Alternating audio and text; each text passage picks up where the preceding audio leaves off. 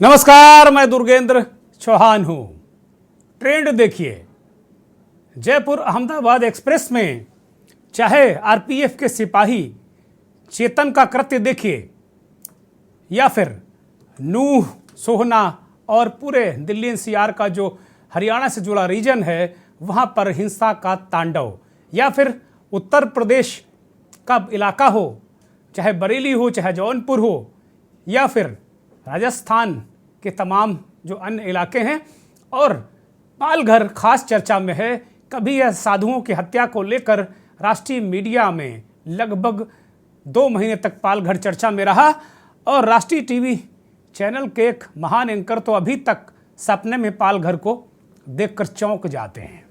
लेकिन इस पालघर की कोई चर्चा कर नहीं रहा है। ये घटना भी पालघर में हुई और एक सिरफिरे सिपाही ने, जो आरपीएफ का था, अपने ही दरोगा टीकाराम मीणा की हत्या कर दी। उसके बाद 3 अल्पसंख्यक समुदाय के लोगों को अलग अलग कूपे में जाकर भून दिया। ये कौन सी तस्वीर है? ये कौन सा मॉडल है? ये कौन से लोग हैं? ये कौन सी पीढ़ी है? ये कौन सी फसल है? ये बहुत सारे सवाल हैं।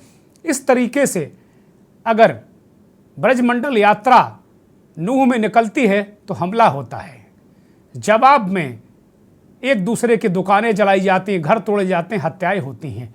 हरियाणा में अब तक 5 लोग मारे जा चुके हैं, जिनमें 2 सिपाही हैं और 3 अन्य लोग हैं। कई धार्मिक स्थलों को आग लगा दी गई है। हालात बहुत भयावह हैं। हालांकि सरकार और मुख्यमंत्री मनोहर लाल कह रहे हैं कि सब कुछ काबू में है, एक्शन हो रहा है, गिरफ्तारियां हो रही हैं, कार्रवाई हो रही है। बड़ा सवाल यही है कि वास्तव में ये जो नफरत के कारखाने चलाता कौन है? ये जो नफरती लोगों को चार्ज कौन करता है? मंथन में आज यही कि नफरत के कारखाने कौन चलाता है।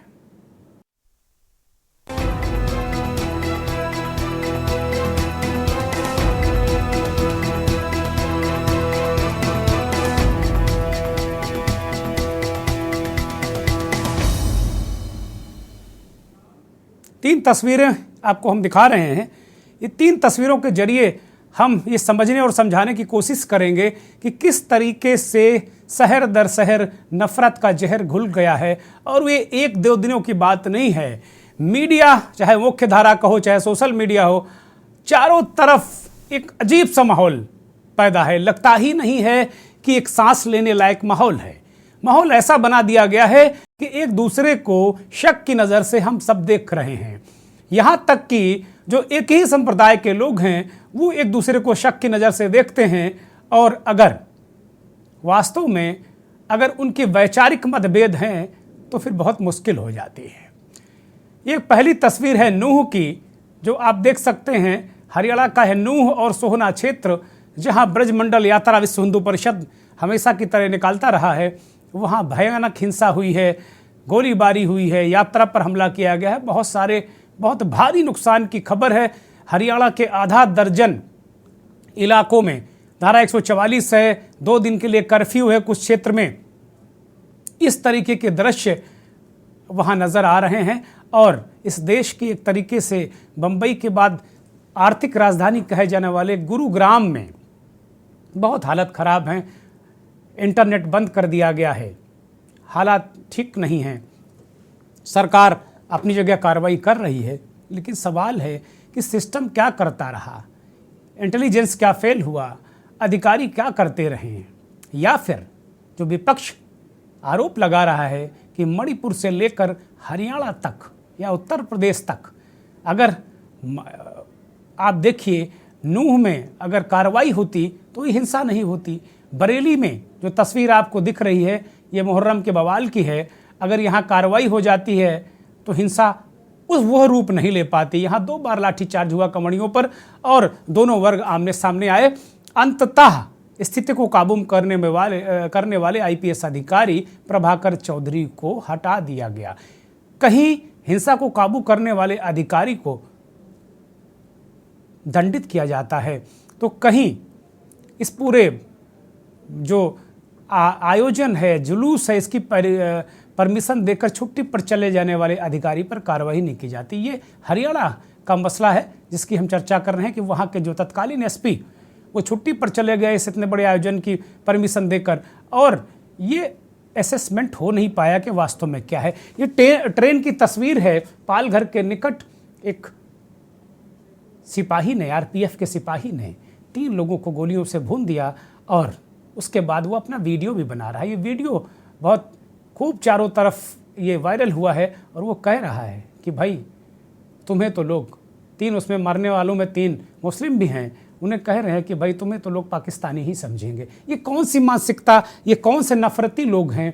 रेल मंत्रालय का अभी तक इस घटना में कोई ट्वीट नहीं आया है। देश भर के लोगों ने इसकी निंदा की है, बहुत सारे लोगों ने इसकी निंदा की है, और कुल मिलाकर अगर देखा जाए तो वास्तव में आज हमें देख रहा था ट्विटर पर कि तमाम राजनीतिक दलों के लोगों ने, सामाजिक संगठनों के लोगों ने, पत्रकारों ने कहा है कि अब आप मुख्य धारा के मीडिया को देखना बंद कर दीजिए, क्योंकि आरोप मुख्य धारा के मीडिया पर भी नफरत फैलाने का लग रहा है। सुप्रीम कोर्ट पहले चेता चुका है, सुप्रीम कोर्ट नफरती एंकरों को काबू में करने की बात पहले भी कर चुका है, लेकिन एक बार फिर से चाहे नूंह का बवाल हो और चाहे पूरे घटनाक्रम हो, एक तरीके से ट्रेंड देखने को मिला है। मणिपुर के बाद एक ट्रेंड पूरा देखने को मिला है, नफरत का एक तरीके से ट्रेंड देखने को मिला है।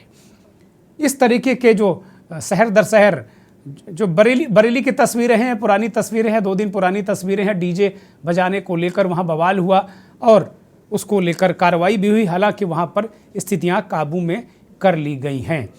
अब सवाल ये उठ रहा है कि ये कौन सी पीढ़ी तैयार हुई है जो केवल डिस्कशन करने पर गोली मारती है। खबर यह है कि ट्रेन के अंदर एक डिस्कशन हो रहा था, एक राजनीतिक दल को लेकर, उस दल के नेता विशेष को लेकर, संवैधानिक पदों पर बैठे 2 नेताओं को लेकर, और उसके बाद वो सिपाही इतना आवेश में आ गया कि उसने अपने ही दरोगा को गोली मार दी और 2 कूपों में दौड़ाकर दूसरे संप्रदाय के लोगों को गोली मार दी। क्या अब ये स्थितियां आ गई हैं? क्या इसे आतंकित करने वाली घटना नहीं कहेंगे? और सबसे बड़ी बात है कि ट्रेन में अब कौन पता क्या हम सब सुरक्षित हैं क्या? कब कौन सिरफिरा गोली चला दे। ये तो जैसे अमेरिका में होता है, स्कूल में घुसकर किसी सिरफिरे ने गोली चला दी, और बराबर इस बात को समझाने की कोशिश की जा रही है कि वो सिरफिरा है, वो मानसिक विक्षिप्त है, जबकि ऐसा बिल्कुल नहीं है। पूरे होशो हवास में ये वो मानसिकता है जो चेतन चौधरी जैसे लोगों को बलवती करती है और गोली मारने के लिए उकसाती है, उत्साहित करती है। ये बहुत ही निंदनीय घटनाएं हैं अपने आप में। विश्व हिंदू परिषद के नेता ने नूंह की घटना के बाद एक प्रेस कॉन्फ्रेंस की, वो आप सुनिए, उसके बाद कुछ विपक्षी दलों के रिएक्शन, और उसके बाद फिर हम बात करेंगे मंथन में।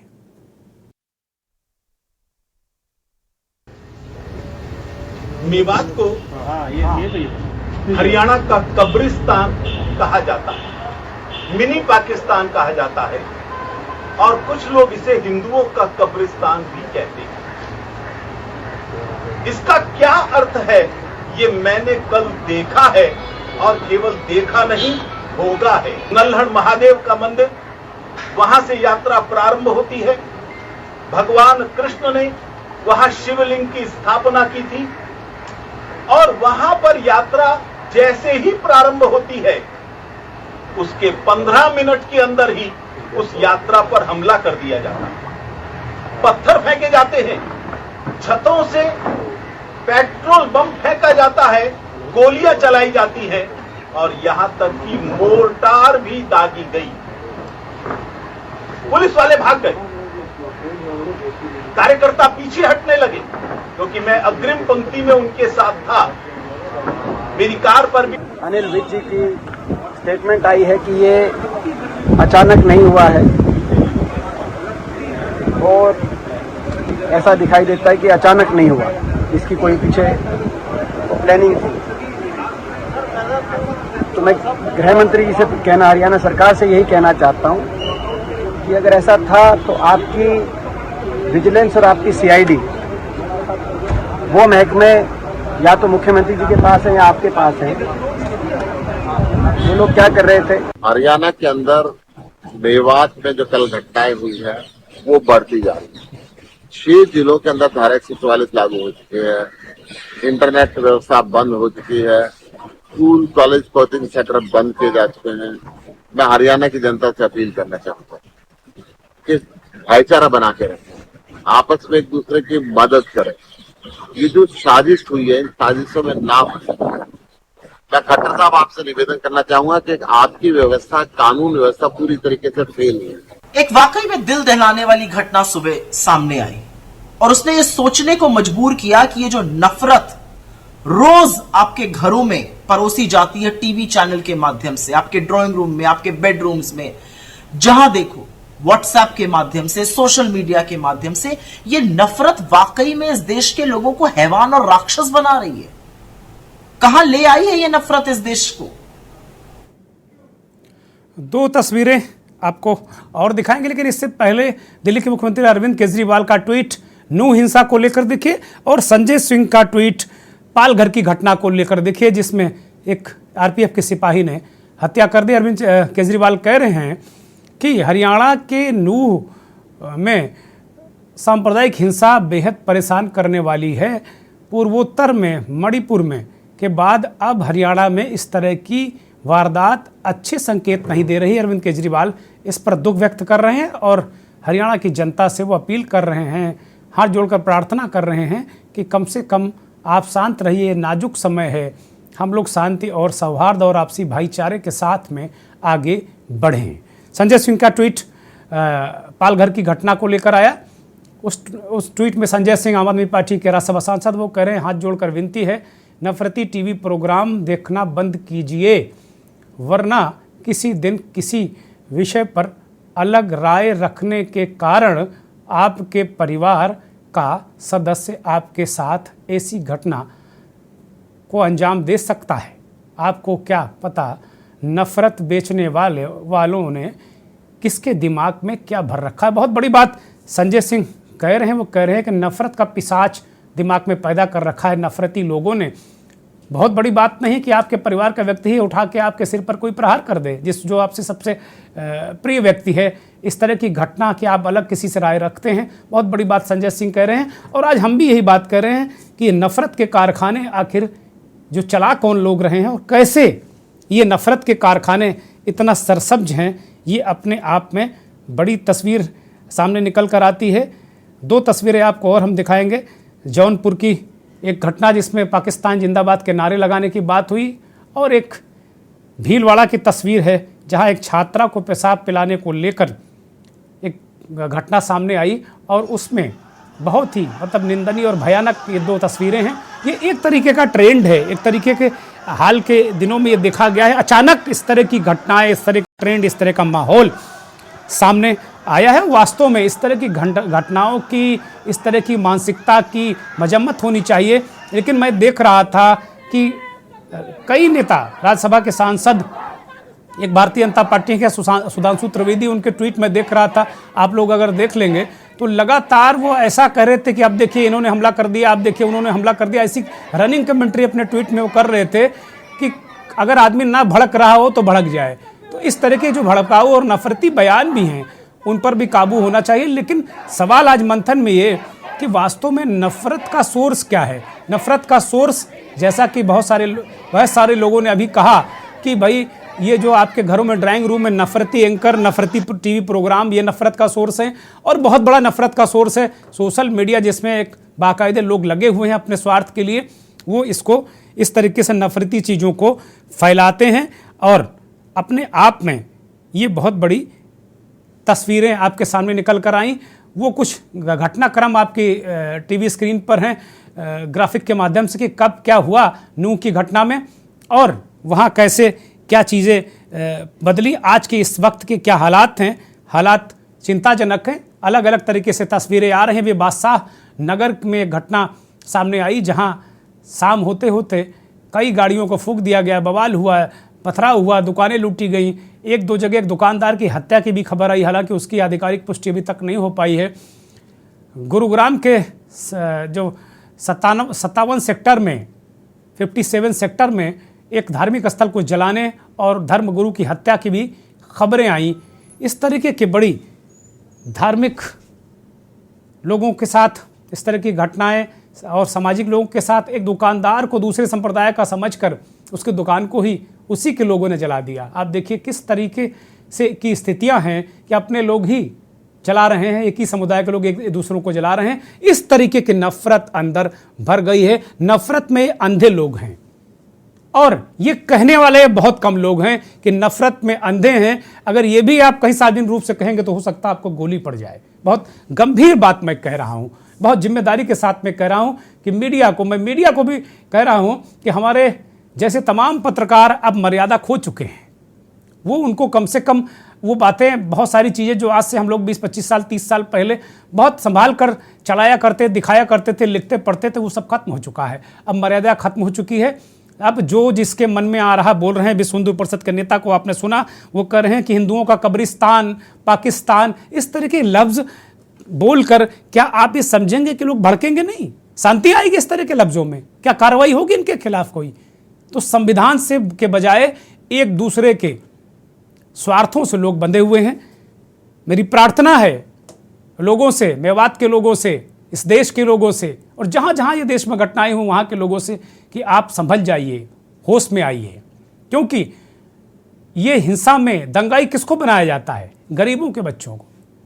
कोई भी पैसे वाला संपन्न व्यक्ति, क्या उसका बच्चा यहाँ तलवार लेकर लड़ने गया है क्या? दोनों वर्गों से मैं इस बात को पूछना चाहता हूँ। मंथन में हमारे साथ कुछ मेहमान जुड़ गए हैं, मैं परिचय करा देता हूँ। रणवीर शर्मा जी हैं, बहुत ही जाबाज आईपीएस अफसर रहे हैं, हरियाणा से हमारे साथ जुड़े हैं, बहुत ही न्यायप्रिय और जाबाज आईपीएस अफसर। शर्मा जी स्वागत, बहुत धन्यवाद। चूँकि वक्त बहुत पीड़ा का है इसलिए मैंने आपको कुछ चीज़ें समझने के लिए आमंत्रित किया है। सत्यपाल देवाशीष हमारे साथ प्रवक्ता कांग्रेस राजस्थान जुड़ गए हैं, आपका भी स्वागत, धन्यवाद। राजीव भटिया नेता बीएचपी हरियाणा से जुड़े हुए हैं, राजीव जी स्वागत आपका। Doctor Akshay Kumar social scientist हैं, हमारे साथ अलीगढ़ से जुड़े हैं, डॉक्टर साहब स्वागत। नजीम इलाही साहब मुस्लिम स्कॉलर हैं, अलीगढ़ से ही आप जुड़े हुए हैं, स्वागत। महंत रत्नेश शरण हिंदू स्कॉलर हैं, अयोध्या से हमारे साथ जुड़े हैं। आप सभी मेहमानों का बहुत स्वागत, बहुत धन्यवाद। मैं सीधे तौर पर रणवीर शर्मा जी जो पूर्व आईपीएस अधिकारी हैं, हरियाणा से हमारे साथ जुड़े हैं। चूँकि हरियाणा में इस समय नफरत का तांडव देखने को मिल रहा है और एक तरीके से पूरी ट्रेंड हम देख रहे हैं अक्रॉस द कंट्री। आप घटनाओं को, अगर 10 दिन की घटनाओं को जोड़ लीजिए, मुहर्रम और उससे पहले से और उसके अब तक की घटनाओं को, तो आप देख लीजिए कि चारों तरफ मुहर्रम यात्राएं, जुलूस, ये वो, मतलब ऐसा लग रहा है कि हो क्या रहा है। शर्मा जी, इस नफरती कारखानों के पीछे कौन लोग लगते हैं? एक पुलिस अधिकारी के तौर पर मैं जानना चाहता हूं। और जिस तरीके से हरियाणा में मुझे चूक दिख रही है, आप बेहतर कहेंगे, हो सकता है कि आपकी फैटर्निटी के लोग हैं, आप उस बात से सहमत ना हो, लेकिन एक लेमैन, एक आम आदमी के तौर पर मैं अगर देखता हूं तो लगता है कि क्या वहां पुलिस प्रशासन, एडमिनिस्ट्रेशन से चूक हुई है क्या हरियाणा में? आपने 2 सवाल किए हैं अपने मंथन में। सबसे पहला सवाल आपने किया है कि वे कौन कौन से इस प्रकार के नेता है जो इस प्रकार के दंगों को भड़काते हैं। ये जग जाहिर है कि जो हमारा वोट सिस्टम है या पार्टी सिस्टम है, उसमें एक दूसरे को नीचा दिखाने के लिए ये लोग इस प्रकार के दंगाइयों को भेजते हैं और इस प्रकार के स्टार्ट कराते हैं। तो उनकी पहचान दोनों ग्रुपों में करनी पड़ेगी। जो शांति समिति बनी है वो अपने लोगों को देखे कि चाहे वो हिंदू हो चाहे मुसलमान हो, कौन कौन ऐसे नेता हैं जिन्होंने इस मामले को भड़काया है। नंबर 2, जहां प्रशासन की चूक का मामला वो बहुत ही स्पष्ट है कि जब से ये मोनू मानेसर के वीडियो वायरल हुए हैं और इसके बाद उनके एवज में बदला लेने के लिए जो जुनैद वगैरह के दोस्त थे या उनके घर वाले थे, रिश्तेदार थे, उनके वीडियो वायरल हुए हैं। इन दोनों वीडियो वायरल ने एकदम अफवाहों का बाजार गर्म कर दिया और एक दूसरे की बदले की भावना या कट्टरता की भावना को सामने ला दिया। और इसमें प्रशासन की सबसे बड़ी चूक मैं मानता हूं कि जब ये वीडियो वायरल हो रहे थे तो प्रशासन कहां था? एक, अगर वीडियो वायरल हो गए, ये पता था कि आगे कोई ना कोई सांप्रदायिक दंगे होने का अंदेशा है, तो यात्रा की परमिशन दी गई, उसे नहीं भी दे सकते थे। नंबर 3, अगर आपने परमिशन दे दी और आपके ये वीडियो वायरल हो रहे हैं और नफरत की आग दिन रात फैल रही है दोनों समुदाय के अंदर, तो आपने क्या क्या पुख्ता इंतजाम किए, ये बड़ा सवाल है। अगर पुख्ता इंतजामों से आपने करने थे और यात्रा निकलवानी थी, तो आपने वो जो एक पुलिस की हमारी ट्रेनिंग है कि भी 3 लेयर की हमेशा हम अपनी सिक्योरिटी किसी भी जुलूस को देते हैं। सबसे पहले आउटर रिंग, जी जो नाके लगा के करीब करीब 1-1.5 किलोमीटर के एरिया में लोगों को देखता है कि भी कहीं पे कोई ऐसे अंदेशे या दंगाई लोग या सांप्रदायिकता को भड़काने वाले लोग तो नहीं है। नंबर 2, इसके बाद 500 से 700 किलोमीटर के दायरे में दूसरा रिंग होता है, जो वो भी नहीं लगा। तीसरा रिंग आपने लगाना था, जो जुलूस जा रहा था उसकी संख्या को देखते हुए अपने पुलिस बल की संख्या को बढ़ाना, जी अभी वो कम रहे। और नंबर तीसरी जो सबसे बात थी वो इंटेलिजेंस फेलियर की थी। तो इस प्रकार की वीडियो चल रही थी, वायरल चल रहे थे, अफवाहें चल रही थी, तो हमारी इंटेलिजेंस का ये फर्ज बनता है कि वो अपने एसपी डीसी को और होम मिनिस्टर को, डीजी को पूरी ब्रीफिंग देगी कि ये आगे हो सकता है, संभावनाएं हो सकती हैं जी। ऐसी इनपुट नहीं दिखाई दी प्रशासन के पास, और प्रशासन की ढील कहे या प्रशासन चौकन्ना नहीं था, या इन नेताओं को भड़काने का पूरा मैं मेहमानों से सहयोग की एक अपेक्षा करता हूं कि जो लोग नहीं बोल रहे हो अपना माइक म्यूट कर लें। शर्मा जी बड़ी महत्वपूर्ण बात कह रहे हैं, बहुत ही जिम्मेदार और बहुत ही वरिष्ठ अधिकारी हैं, कृपया इस अनुरोध को स्वीकार करें। शर्मा जी आप कंटिन्यू करें।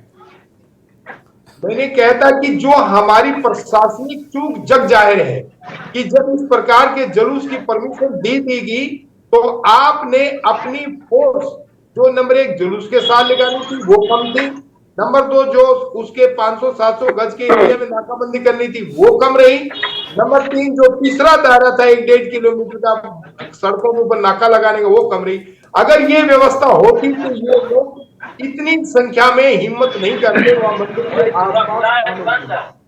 दूसरी बात हमारी इंटेलिजेंस की कि ये लोगों को जब ये वीडियो वायरल हो रहे थे, अफवाहें चल रही थी, तो हर एक ऑफिसर के पास नीचे डीएसपी से लेके एसएचओ से लेके एसपी से लेके आईजी डीजी, हमारे सारे जितना भी हमारा कानून व्यवस्था का सिस्टम है, सब जगह वो वीडियो जा रही थी और उनको देखना चाहिए था कि इसका क्या क्या अंदेशा था। ना तो उसको रोकने का प्रबंध किया, नहीं प्रबंध किया तो उसके बारे में आपने पुख्ता इंतजाम नहीं किए। अब सवाल तीसरा है कि किन किन लोगों की चूक हुई। वो नेता थे तो वो सरकार के कौन सी के थे, कौन सी पार्टी के थे, उनकी जिम्मेवारी अकाउंटेबिलिटी फिक्स हो कि उन्होंने इस प्रकार के दंगों को क्यों भड़काया और किस लिए भड़काया। नंबर 2, दूसरी बात हमारे इंटेलिजेंस फेलियर, तो उसकी अकाउंटेबिलिटी फिक्स की जाए कि भी जब ये वीडियो वायरल हो रहे थे तो आप लोगों ने क्यों नहीं इस इतला को या इन सूचनाओं को आगे बढ़ाया। नंबर तीसरी बात, अगर आपने परमिशन जुलूस की दे दी है प्रशासन ने, डीसी एसपी ने, तो वहां के मजिस्ट्रेट कहां थे, वहां की फोर्स कहां थी, और उन लोगों की सुरक्षा के इंतजाम जो जुलूस लेके जा रहे थे क्या किए, जो कि ना पूरे पुख्ता इंतजाम होने की वजह से 120 गाड़ियां जल गई, 5 आदमी भी मर गए और बड़ा भारी नुकसान हुआ और सरकार की किरकिरी हुई और बदनामी हुई। तो इन सारी चीजों की जिम्मेवारी मैं प्रशासन की मानता हूं कि उनकी बड़ी भारी चूक रही और इनकी अकाउंटेबिलिटी हर हालत से फिक्स होनी चाहिए कि आपने ये गलतियां क्यों और किस लिए की और किसके लिए की, कहने से की, क्यों किसी के दबाव में आए। आपके कानून सिस्टम है, आपकी भिंडी सब पक्की होती है, आपको व्यवस्था बनाने के लिए। शर्मा जी बहुत महत्वपूर्ण बातें आपने बताई। नासिर और जुनैद की हत्या जलाने के मामले में मोनू मानेसर संदिग्ध है, अभी पता नहीं वो आरोपी है कि नहीं है, लेकिन संदिग्ध है। उस पर ये कहा जाता है कि भाई मोनू मानेसर के लोगों ने या मोनू मानेसर ने उन लोगों को पकड़ के जला दिया। मोनू मानेसर लगातार 4 महीने से फरार चल रहा है। विधानसभा का सत्र होता है तो जो वहाँ के विधायक हैं मामन अली या मोहम्मद अहमद जो भी हैं, वो सदन में कहते हैं सरकार के सामने, सरकार है, मुख्यमंत्री है, सारे लोग हैं, वो कहते हैं कि अगर मोनू मानेसर जुलूस में आया तो प्याज की तरह फोड़ देंगे। और आज वही बात मामन अहमद कह रहे हैं कि मैंने बाहर बयान नहीं दिया है, मैंने सदन में बयान दिया सरकार के सामने। सरकार को ये ध्यान रखना चाहिए। और अगर कोई कार्रवाई करनी थी तो मेरे खिलाफ उसी वक्त कार्रवाई कर देते वो। इसी तरीके से आप बिल्कुल ठीक कह रहे हैं कि जो वीडियो वायरल हो रहे थे, जो नफरत के कारखाने हम कह रहे हैं ना, वो यही वीडियो, यही जो व्हाट्सएप, यही मुख्यधारा का मीडिया, यही नफरती पत्रकार, नफरती एंकर, यही लोग जो वास्तव में कारखाने, यही लोग हैं। शर्मा जी, मैं सहमत हूं आपकी बात से कि आपने बिल्कुल सही किया कि ये प्रशासन की बड़ी भारी चूक रही जब एक नेता सदन में बयान दे रहा है कि हम प्याज की तरह इनको फोड़ देंगे, तो उस नेता को उसी वक्त गिरफ्तार कर लेना चाहिए था और कानूनी कार्रवाई कर देनी चाहिए थी, वो चाहे किसी भी ग्रुप का था। लेकिन शर्मा जी कैसे गिरफ्तार करेंगे? मोनू मानेसर को सर पर बैठाए हुए हैं, कैसे गिरफ्तार करेंगे? किस मुंह से गिरफ्तार करेंगे वो? ये इसी वजह से तो ये कारखाने चल रहे हैं नफरत के। तो जब तक हम कानून को और वो मोनू मानेसर कह रहा है कि भाई साहब आप लोग सब लोग यात्रा में जाइए। अभी हरियाणा के तमाम लोगों से मेरी बात हो रही थी, वो कह रहे थे कि इस तरह की घटनाएं हाल में नहीं हुई हैं इस ब्रजमंडल यात्रा में। वो बाकायदे वीडियो जारी कर रहा है कि मैं भी रहूंगा, मेरे लोग भी रहेंगे। अब मोनू मानेसर के लोग होने का, उसके होने का मतलब है उसके तमाम वीडियो हथियारों के साथ हो चुके हैं। विधायक और दो नूह के विधायक हैं, आफ्ताब और मामन जो दूसरे विधायक हैं, वो कह रहे हैं कि मैंने लिख कर दिया है, विधानसभा में कहा है कि भाई पुलिस की जगह मोनू मानेसर वहां गश्त करता है हथियारों के साथ में। तो कहीं ना कहीं आग जो है एक तरफ जो लगी है नफरत की आग, उसमें पेट्रोल तो डाल ही रहा मोनू मानेसर। शर्मा जी बतौर पुलिस अफसर, यही प्रशासन की चूक है। मैं आपके टीवी चैनल पे ये बात कर रहा हूँ, ऑन रिकॉर्ड कह रहा हूँ, हमारी प्रशासनिक चूक है। उसको इन वीडियोस को रोकना चाहिए था, इन नेताओं के बयानों को रोकना चाहिए थे। उनके खिलाफ उसी वक्त अगर कानून कार्रवाई करते, नेताओं की भी और इस मोनू के खिलाफ भी जो ये वीडियो वायरल कर रहे थे और जो एक दूसरे की नफरत की सिस्टम बना रहे थे, उसी वक्त पुलिस को प्रिवेंटिव एक्शन, हमारे लिए इसलिए बने हैं सीआरपीसी के अंदर कि वो प्रिवेंटिव एक्शन लेते और इस जुलूस के साथ या तो परमिशन नहीं देते, परमिशन देते तो हर हालत से उसके और ये भी सूचना है कि जो एसपी साहब ने परमिशन दी वो खुद छुट्टी पर चले गए, ऐसी सूचना है। पता नहीं सत्य है या नहीं है, लेकिन पता चला कि वो एसपी साहब अहलावाद साहब हैं, कोई छुट्टी लेकर चले गए। वो ये बात सत्य है, वो परमिशन भी दे दी उन्होंने और छुट्टी भी चले गए। ये गलत हुआ है, जो कि ऐसे नाजुक मौके में जब ऐसी वायरल चल रही थी, ऐसी वीडियो चल रही थी, ऐसी नफरत की आग चारों तरफ फैल रही थी, तो एसपी को जो मौके का अफसर होता है उसको हाजिर रहना बहुत जरूरी था और छुट्टी ना तो देनी चाहिए। मुझे लगता है कि पता नहीं कैसे जो ऊपर के सुपरवाइजरी अफसर रहे हैं जिन्होंने उसको छुट्टी दे दी ऐसे अधिकारी को कि भाई आपने परमिशन दी, आपके यहाँ इतना बड़ा आयोजन है, आपके यहाँ आप इतना बड़ा सब सारी चीजें चल रही हैं और तरह तरह के वीडियो वायरल हो रहे हैं, आप छुट्टी पर जाएंगे। ईश्वर सद्बुद्धि दे लोगों को और हमारी यही प्रार्थना है कि शांति बनाए रखे। लेकिन सबसे बड़ी चूक शर्मा जी ने कही कि वास्तव में जो सबसे बड़ा फेल्योर है असेसमेंट का, एडमिनिस्ट्रेशन का, सिस्टम का। और विधायक छाती ठोक कर कह रहे हैं कि हमने तो सदन में कहा था सरकार के सामने, सरकार ने क्यों नहीं एक्शन लिया?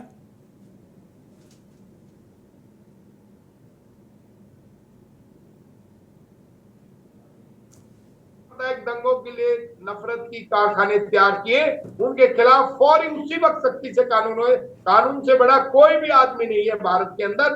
संविधान सर्वप्रिय है, कानून सर्वप्रिय है, उसमें चाहे कोई भी हो एबीसीडी, हर एक के खिलाफ कार्रवाई होनी चाहिए थी और ये कार्रवाई अब आगे होगी जब जांच पूरी होगी। जिन्होंने ये सिस्टम भड़काया है, ये लोग जो मरे हैं, उनके हर हालत से उनको। देखिए शर्मा जी, कार्रवाई जब तराजू में तौल के होगी तभी ये मामला रुकेगा। अगर तराजू में तौल के बिल्कुल जैसे न्याय होता है, कार्रवाई अगर वैसे होगी तभी होगा, नहीं वरना ये धीरे धीरे धीरे धीरे एक नासूर बनता जाएगा और हमारी पीढ़ी के लिए बहुत खतरनाक है। मैं एक ब्रेक पर जा रहा हूं, एक ब्रेक ले रहा हूं और जब ब्रेक से लौटूंगा तो बाकी मेहमानों से भी चर्चा करूंगा। आप देख रहे हैं के न्यूज, खबरों का सारथी। ब्रेक से लौट आए, इस बीच हमारे साथ एक और खास मेहमान जुड़ गए हैं, दिल्ली से वरिष्ठ पत्रकार संपादक जयशंकर गुप्ता जी। गुप्ता जी स्वागत है आपका, बहुत धन्यवाद, आभार के न्यूज़ को वक्त देने के लिए। मैं राजीव भाटिया, भारतीय जनता पार्टी, माफ़ कीजिएगा, विश्व हिंदू परिषद हरियाणा के नेता हैं, उनके पास जाऊंगा। राजीव जी, अभी मैं सुन रहा था कि आपके नेता ही इस बात को कह रहे थे, ब्रजमोहन जी, कि वो हिंदुओं का कब्रिस्तान है, पाकिस्तान है। जब इस तरह के लफ्ज़ों का प्रयोग सार्वजनिक तौर पर बड़े जिम्मेदार लोग करेंगे तो माहौल तो खराब होगा, भड़केगा। राजीव भाटिया, राजीव जी सुन पा रहे हैं मुझे? आपकी आवाज हम सुन नहीं पा रहे हैं, कृपया अनम्यूट करें।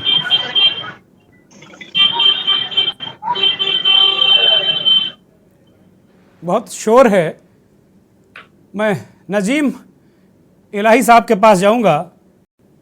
नजीम भाई, एक घटना, एक ट्रेंड, चाहे आप देखिए उत्तर प्रदेश में, हरियाणा में, राजस्थान में, आप ये पूरा एक ट्रेंड, जैसे पालघर के पास एक सिपाही ने पता चला कि वो विचारों से सहमत नहीं, उसने गोली मार दी। ये किस तरीके का संकेत देता है? नफरत के कारखाने, नफरत की दुकान नहीं, मैंने तो इनको कारखाने कहा है। अब मोहब्बत की दुकान खोलते रहे लोग, कुछ नहीं होने वाला अगर इतने बड़े बड़े नफरत के कारखाने खुले हैं तो। आप मुझे सुन पा रहे हैं? हाँ बोलिए। जी हाँ, बहुत बहुत शुक्रिया। देखिए, सबसे पहली चीज मैं आपको ये बताता चलूं कि अभी जो एक वीडियो वायरल की बात हो रही थी या इस तरीके की बातें हो रही थी कि अगर अभी वो रिटायर्ड ऑफिसर थे हमारे, उन्होंने बहुत लंबी बातें की, संविधान की बातें की, कानून की बातें की, बहुत अच्छी लगी उनकी बातें सुन करके।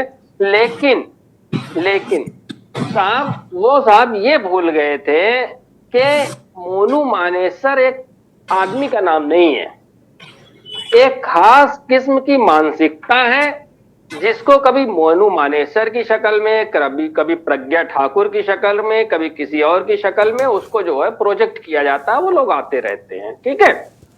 रही बात इसकी कि जुनैद और नासिर के केस में, जिंदा जला देने के केस में, Monu Manesar wanted, he is a wanted criminal. और एक वांटेड क्रिमिनल वीडियो जारी करता है, पहली बात तो उसको अब तक पुलिस गिरफ्तार क्यों नहीं कर पाई, ये वहां की सरकार जवाबदेह है।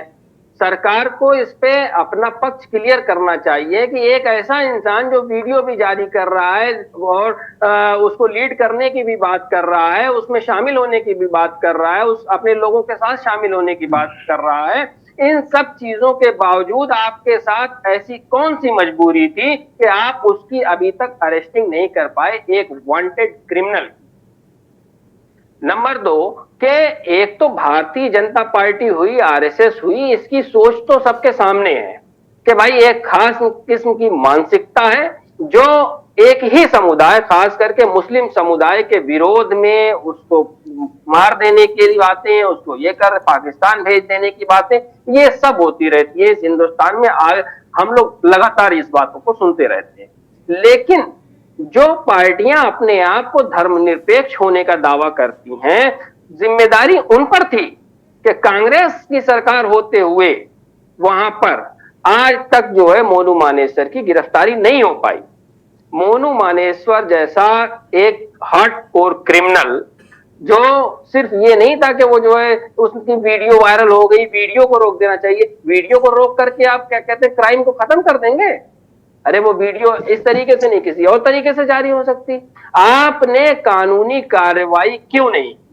सबसे बड़ा मसला ये है कि हमारे यहाँ ये पैरामीटर बन गया है कि कानून का इस्तेमाल भी सिलेक्टिव करना है, कानून का इस्तेमाल भी सिलेक्टिव करना है कि कांवड़ यात्रा निकलेगी तो उस पे आईपीएस साहब फूल बरसाएंगे, लेकिन बकरा ईद की नमाज अगर या ईद की नमाज कोई आदमी सड़क पे पढ़ लेगा तो उसको 144 में गिरफ्तारी हो जाएगी और 2 साल की सजा भी हो जाएगी, मुकदमा भी दर्ज हो जाएगा। तो ये कानून जब तक सिलेक्टिवली इस्तेमाल किया जाएगा तब तक इस मानसिकता को खत्म नहीं किया जा सकता है। कानून सबके लिए बराबर होना चाहिए।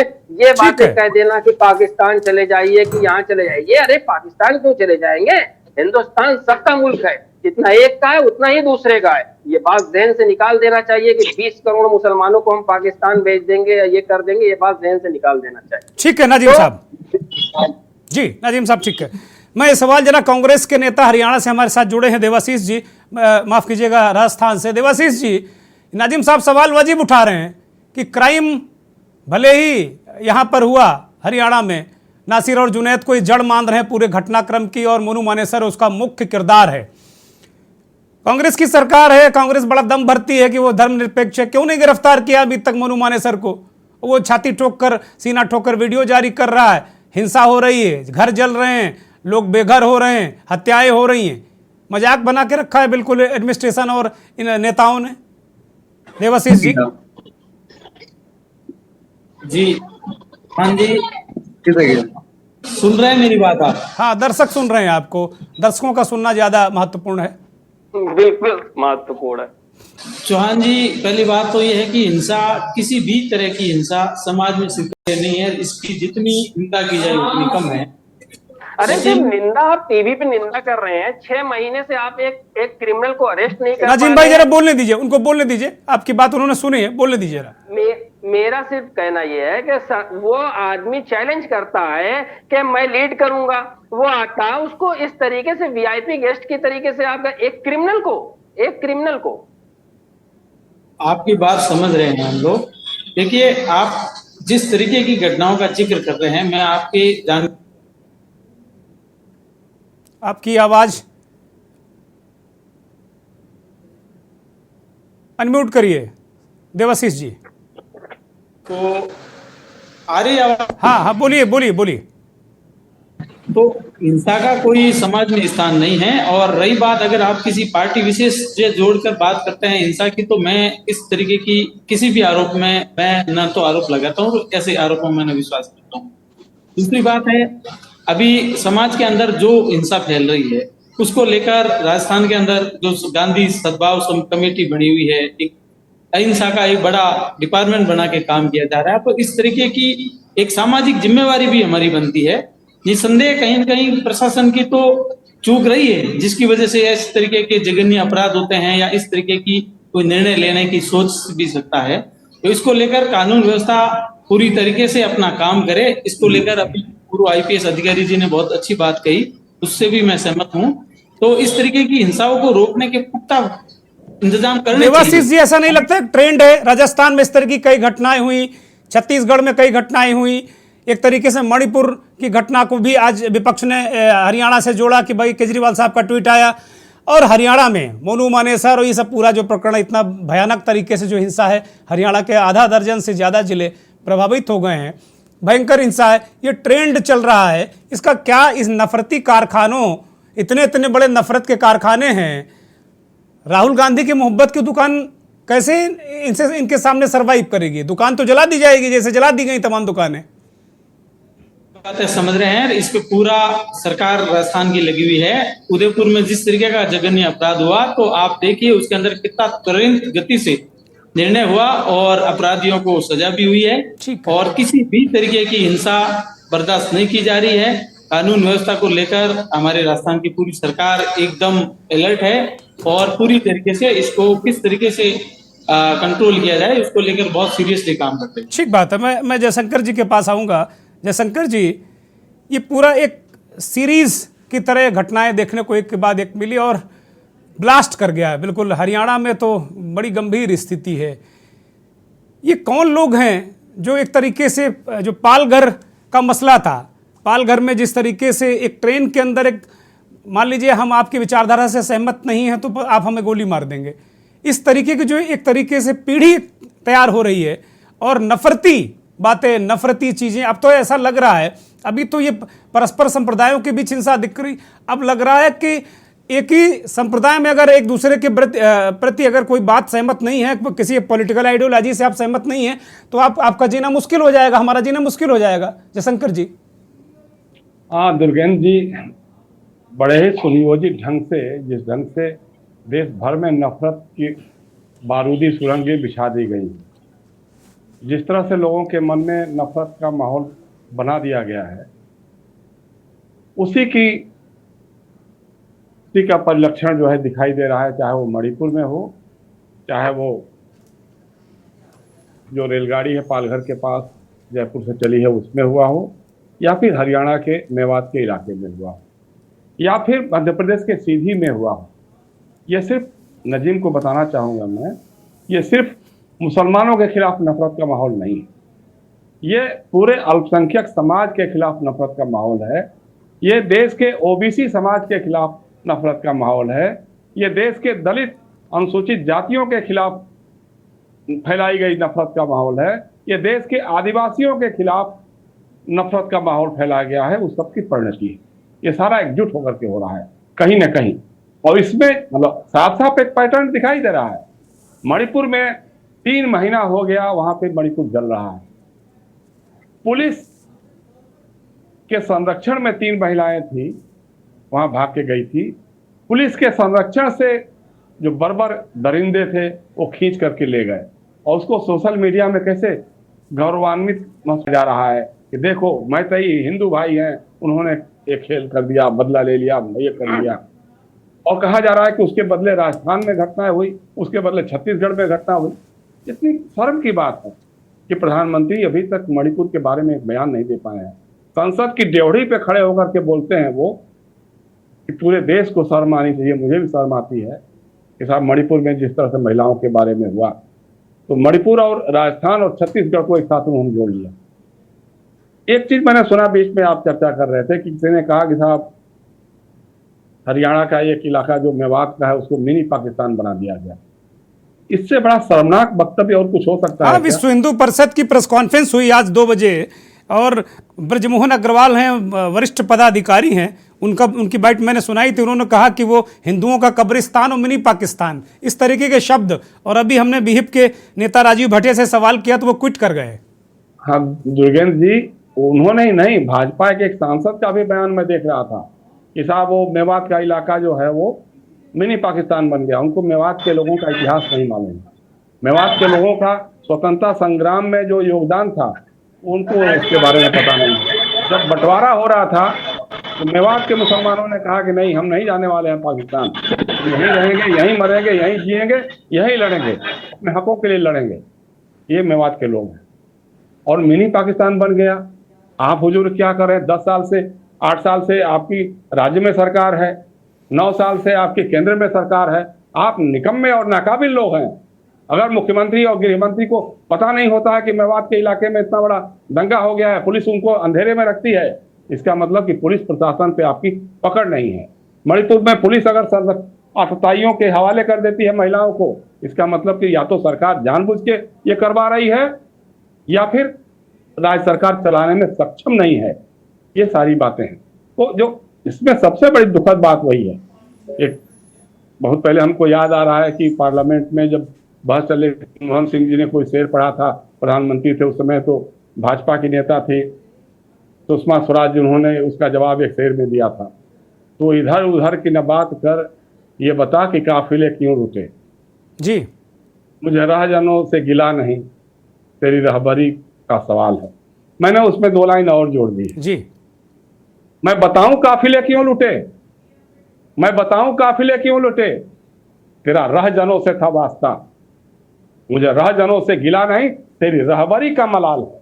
जी, आज यह हालत हो गई है। कहीं ना कहीं सरकार की, कहीं ना कहीं पुलिस और प्रशासन की मिली भगत हो रही है। अगर पुलिस और प्रशासन चाह लेगा, आपका इंटेलिजेंस नेटवर्क क्या कर रहा था, जिस ढंग की आज शोभा यात्राएं निकल रही हैं, भाटिया जी अभी बताएंगे आपको, जुलूस निकल रहे हैं, रामनवमी का जुलूस हो चाहे कांवड़ियों का जुलूस हो।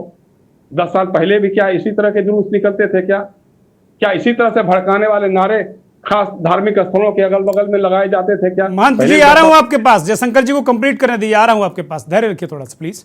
ऐसा कुछ होता था क्या? लेकिन क्या वजह है, क्यों इस तरह की भड़काने बातें, उकसाने वाली बातें क्या की जा रही हैं? अब आप देखिए, हमारे उत्तर प्रदेश के मुख्यमंत्री ने अभी क्या बयान दिया है। उन्होंने कहा कि साहब ऐतिहासिक रूप से ज्ञानवापी को मस्जिद बताना गलत है। मतलब मामला अदालत के विचाराधीन है।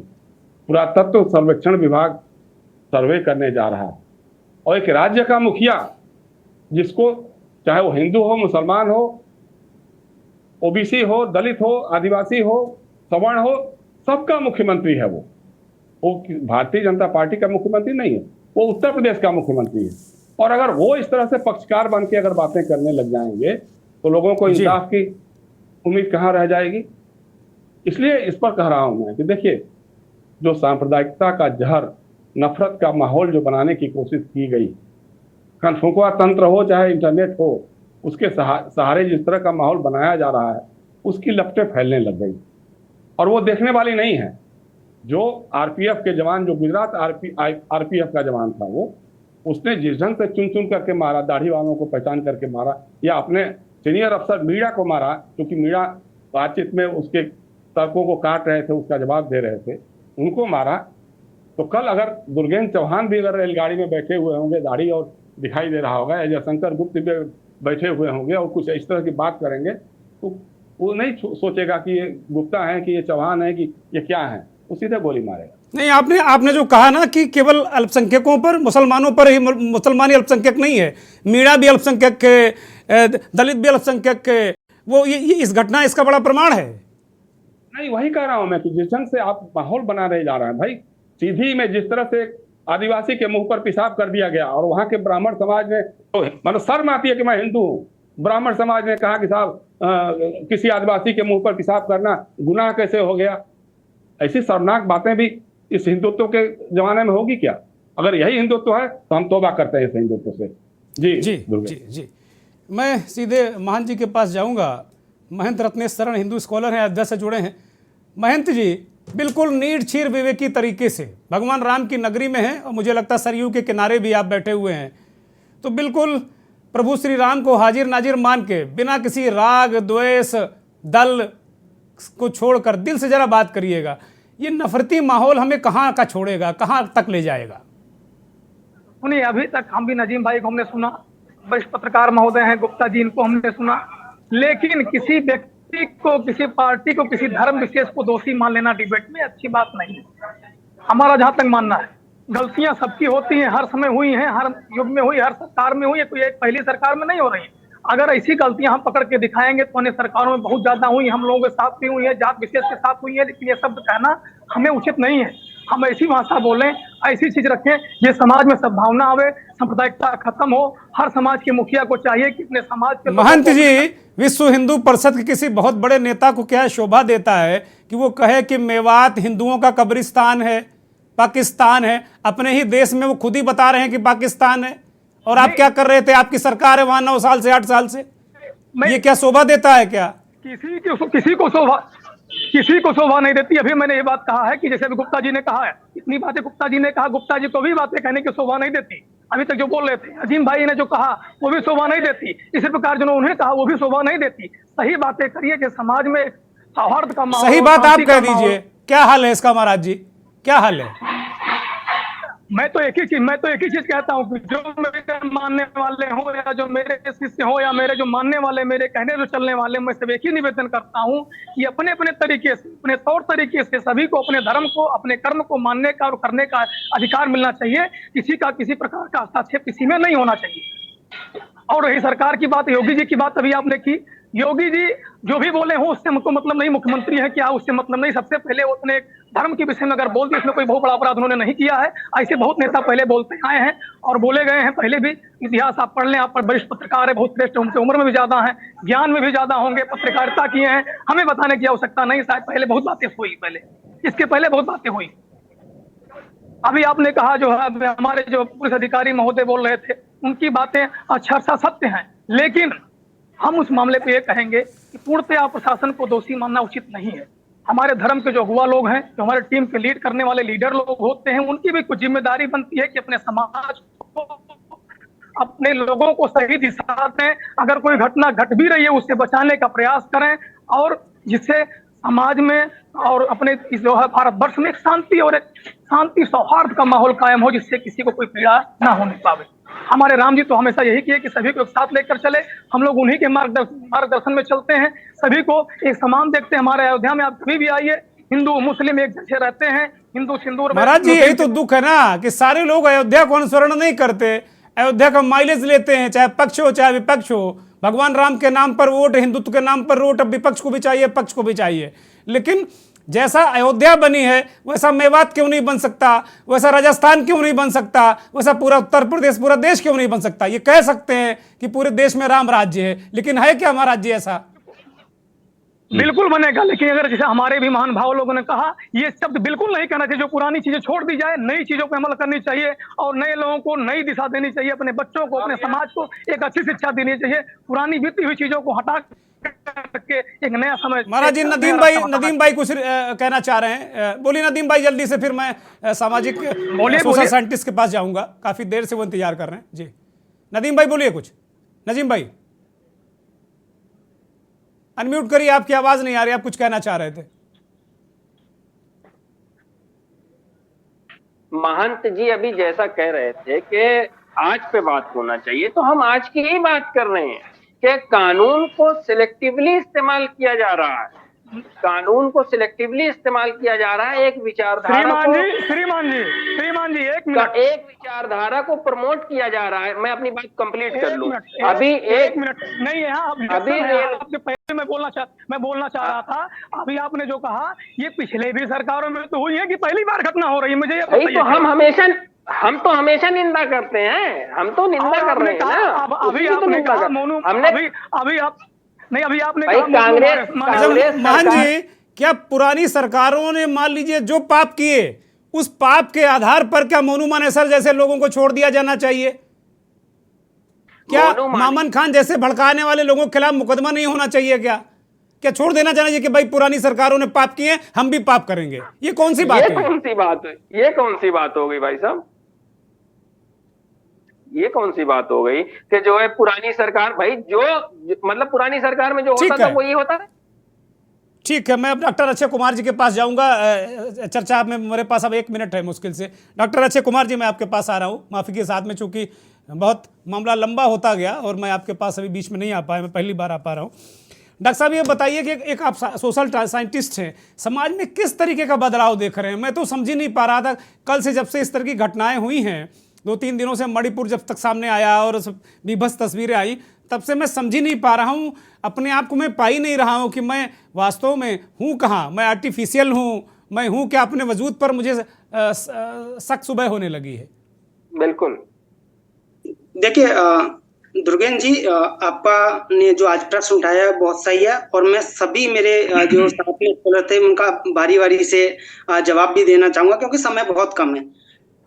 देखिए, सबसे पहले तो जो अल्पसंख्यक की बात हो रही है, तो मैं वहां पर एक शब्द परिवर्तन करना चाहूंगा कि वहां कमजोर वर्ग की बात करिएगा, क्योंकि जगह जगह पूरे भारतवर्ष में जहां अल्पसंख्यक हैं, कुछ अगर जातिगत अगर बात करें या धर्म विशेष बात करेंगे, तो कुछ लोग कहीं ज्यादा हैं, कुछ लोग कहीं हैं, और घटनाएं पूरे भारतवर्ष में अलग अलग हो रही हैं। तो मैं जहां पर कमजोर वर्ग के लोग हैं और कुछ उच्च वर्ग के लोगों के द्वारा ही घटनाएं वहां हो रही हैं।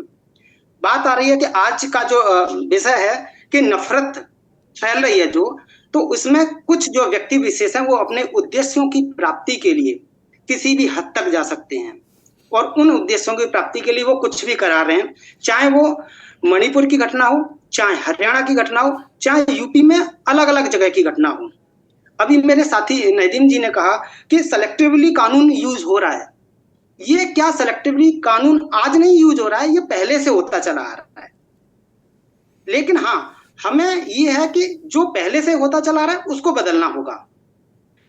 ठीक है। साथ ही अभी आईपीएस महोदय ने जो बताया था कि सरकार का इतना सारा फेलियर था, लेकिन मैं वहां पर अपने भारत में जो पुलिस व्यवस्था है उसमें जो पुलिसकर्मी है, यूएनओ के अनुसार भारत में 1 लाख पर 450 450 पुलिसकर्मी होने चाहिए, लेकिन वो अभी भारतवर्ष में 732 हैं। तो उससे क्या है कि बहुत सारी चीजें हम सभी को सुरक्षा नहीं दे पा रहे हैं। मैं एक स्पेसिफिक प्रश्न पूछना चाहता हूं आपसे, क्योंकि बहुत कम वक्त है मेरे पास, अब 30-40 सेकंड का वक्त है, कि किस तरीके का सामाजिक बदलाव, क्योंकि जो पालघर में ट्रेन में मान लीजिए किसी पॉलिटिकल पार्टी के नेता या किसी मुख्यमंत्री या किसी प्रधानमंत्री के बारे में चर्चा हो रही है, और मान लीजिए आप उस प्रधानमंत्री या मुख्यमंत्री से सहमत नहीं हैं, तो हम आपको क्या गोली मार देंगे क्या? ये मानसिकता जो पैदा हो रही है, ये कौन सा सामाजिक बदलाव है? ये तो बड़ा खतरनाक है। बिल्कुल। डॉक्टर अच्छे, मैं उसी पर बात कर रहा हूँ। देखिए, गांधी जब हम स्वतंत्र हुए तो गांधी जी ने कहा कि सभी धर्मों की अच्छी बातों तथा अनुयायियों की एकता पर हमें जोर देना होगा। अनुयायियों की जो अच्छी बातें हैं उनको हमें लेना होगा। साथ ही हम 21वीं सदी के भारत में जी रहे हैं और हमें जो युवा हैं उनके साथ युवाओं के विचारों को बदलाव करके उनकी मानसिकता को बदलना होगा। और जब तक हम युवाओं के विचारों को नहीं बदलेंगे, युवाओं की तो मानसिकता बदल रहे हैं, क्योंकि बदलने वाले बड़े ताकतवर हैं, वह बदल तो रहे हैं। उसका परिणाम है तो ये चेतन चौधरी नाम का प्राणी जो है युवाओं का प्रतीक है, युवाओं का आइकॉन बन गया है वो। तीसरे मैं साइबर सिक्योरिटी की तरफ भी जाऊंगा या साइबर की तरफ जाऊंगा। तो हमारे जितने भी ट्वीट या ट्विटर, फेसबुक पर जो भी पोस्ट हो रही हैं, उनसे पहले हमें उनकी निगरानी करनी होगी। और साथ ही मैं जितनी बेकार कम से कम 5 दशक का आपका अनुभव है पत्रकारिता का, और बहुत खरी खरी बातें आप कहते हैं, इसलिए बहुत सारे लोगों को अच्छी भी नहीं लगती। खैर, उससे आपको कोई फर्क पड़ता नहीं है। इसका वास्तव में क्या होना चाहिए, और क्या अब हमारे हाथ से सब कुछ फिसल रहा है? क्या बहुत अच्छा माहौल बनाना बहुत मुश्किल काम है क्या जयशंकर जी? नहीं, मुश्किल भी नहीं है, ऐसा नहीं है। देखिए, उम्मीद की किरणें तो दिखाई देती हैं कहीं न कहीं से, क्योंकि जब ये समझ में लोगों को आ जाएगा कि राजनीतिक निहितार्थ के चलते आपस में लोगों को लड़ाया जा रहा है। मुझे लगता है कि मणिपुर के लोगों को यह एहसास होने लगा है कि माइती हो चाहे वो कुकी लोग हैं, उनको एक खास राजनीति के तहत लड़ाया गया, हिंसा की घटनाएं होने दी गई, उपद्रव होने दिए गए। अगर राज्य के मुख्यमंत्री कहते हैं कि साहब इस तरह की घटनाएं सैकड़ों दर्ज हैं, लेकिन किसी भी घटना में उन्होंने ये नहीं बताया कि एक्शन क्या हुआ। और जो वायरल वीडियो हुआ है उस पर भी तब एक्शन हुआ जब सुप्रीम कोर्ट हरकत में आया, तब जाकर के गिरफ्तारियां हुई। अब इस तरह की जिस तरह बात हो रही थी, मानो मंडेसर की बात हो रही थी, मैंने कहा कि देखिए, सीधी सी बात है कि जो भाजपा के लोग या राष्ट्रीय स्वयंसेवक संघ के लोग जिनके वर्ग हितों के विरुद्ध हैं, उन्हीं लोगों को आगे करके ये दंगे करवाते हैं, उन्हीं लोगों को आगे करके ये उपद्रव करवाते हैं। मनु मंडेसर कौन है? मनु मंडेसर मोहित यादव है ना, उसको आगे किया गया ना। और जैसे आप लोग बार बार गिरफ्तारी की बात कर रहे हैं, अगर एक राज्य सरकार की पुलिस गिरफ्तार करने जाती है और दूसरे राज्य की सरकार और उसकी पुलिस उसके संरक्षण में लग जाती है, तो फिर होगा कैसे? तो फिर सिविल वार। बहुत शुक्रिया जयशंकर जी, बहुत शुक्रिया। आप समय इजाजत नहीं देता। रणवीर शर्मा आपका शुक्रिया, सतपाल देवाशीष आपका शुक्रिया, राजीव भाटिया आपका भी शुक्रिया, डॉक्टर अक्षय कुमार, नजीम इलाही साहब, महेंद्र रत्नेश्वरण जी, आपका भी बहुत बहुत धन्यवाद। बहुत महत्वपूर्ण बात कही जयशंकर जी ने। वो कह रहे हैं कि भाई ये स्टेट प्रायोजित मामला है, नटसेल में निकाला उन्होंने कि अगर एक राज्य की पुलिस गिरफ्तार करती, दूसरी बचाती है, अगर एक राज्य का कोई ताकतवर नेता किसी अपराधी को संरक्षण देता है, तो जाहिर सी बात इस तरीके की नफरत के कारखाने तो लगेंगे भी और बढ़ेंगे। लेकिन मेरी अपील पूरे देशवासियों से, खास तौर पर हरियाणा, नूह और आसपास के इलाके के लोगों से, कि कृपा करके संभल जाइए, समझ जाइए, लड़ने से कोई फ़ायदा है नहीं। क्योंकि लड़ते कौन हैं? आप लोग, आम आदमी, और मौज कौन करते हैं? खास आदमी। बिल्कुल मत लड़िए, भाईचारे से रहिए। बहुत बहुत धन्यवाद, नमस्कार।